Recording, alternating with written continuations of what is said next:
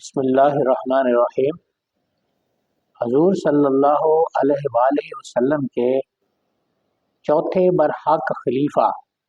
حضرت سیدنا علی المرتضیٰ رضی اللہ تعالیٰ عنہ آپ روایت فرماتے ہیں کہ نصف شعبان شب برات کی رات کو قیام کرو، شب بیداری کرو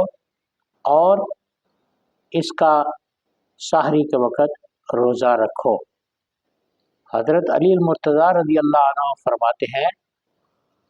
کہ اس شب میں نبی کریم صلی اللہ علیہ وسلم نے فرمایا غروب آفتاب ہوتے ہی اللہ تعالیٰ کی خاص رحمت پہلے آسمان پر آ جاتی ہے اور آواز دیتی ہے، ندا فرماتی ہے، حل میں مستغفر ہے کوئی بخشش مانگنے والا، فاغفر لہ میں اس کو بخش دوں، اس کی مغفرت کر دوں، اس کی بخشش کر دوں، حل میں مسترزق ہے کوئی رزق کا طلبگار، فارزق لہ میں اسے رزق دے دوں، حل من مبتلا فاعافیہ ہو ہے کوئی مصیبتوں پریشانیوں بیماریوں میں مبتلا میں اس کو اس سے رہائی عافیت اور آرام عطا فرما دوں۔ تو جو ہی غروب آفتاب ہوتا ہے شب برات کی شب شروع ہوتی ہے،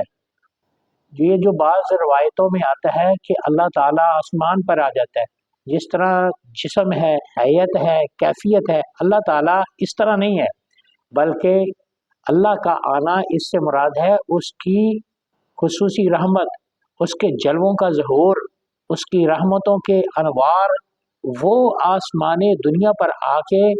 لوگوں کو آوازیں دیتے ہیں کہ ہے کوئی بخشش مانگنے والا، اللہ اسے بخش دے، ہے کوئی رزق مانگنے والا۔ آج لوگ کتنے رزق کے متلاشی ہیں، رزق طلب کرنے کے، ہر ایک غربت کا اپنی محتاجی کا ذکر کرتا ہے، اسے چاہیے کہ شب برات کو شب کو اپنے رب سے مانگے، اس کے دروازے کھلے ہوئے ہیں، وہ دے رہا ہے، آوازیں لگا رہا ہے۔ تو خوش نصیب ہیں وہ جو اس سے کہیں یا اللہ ہمیں رزق نہیں ہے، دے دے، حلال رزق کی تلاش میں۔ اور اسی طرح کتنے لوگ بیماریوں میں مبتلا ہیں، کوئی کسی بیماری میں، کوئی کسی بیماری میں، اللہ سے ان بیماریوں کی شفا وہ خاص عطا فرما رہے ہیں، لینی چاہیے، حاصل کرنی چاہیے۔